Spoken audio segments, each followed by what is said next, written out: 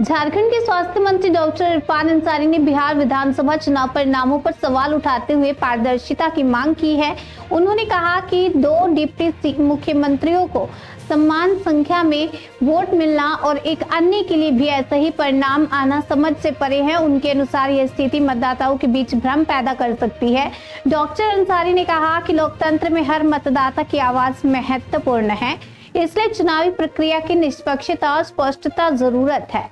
उन्होंने संबंधित पक्षों से इस मुद्दे पर गंभीर विचार और समीक्षा की मांग की।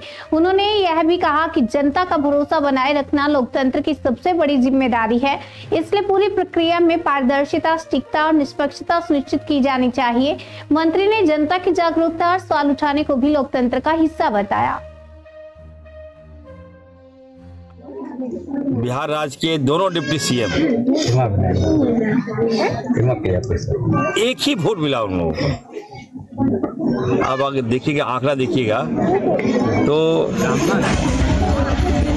1 लाख समथिंग में बता रहा हूँ, 1,42,804 वोट, शायद मैं आंकड़ा में थोड़ा 1,22,108 वोट उसको भी मिला। दोनों डिप्टी सीएम को 1,22,804 वोट मिला।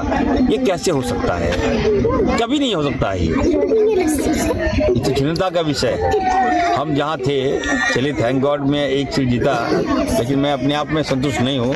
4 सीट का मुझे प्रभारी बनाया गया था, 1 सीट में जिताया, लेकिन वहाँ का जो माहौल लग रहा था हमको कि एकदम एक तरफा जीत है हमारा।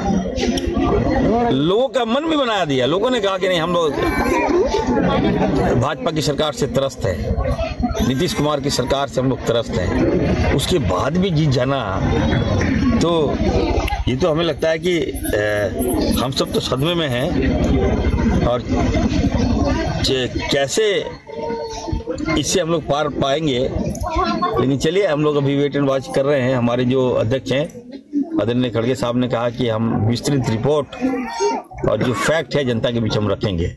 तो let us wait, we have to wait and then I will tell you detail all the things. Bihar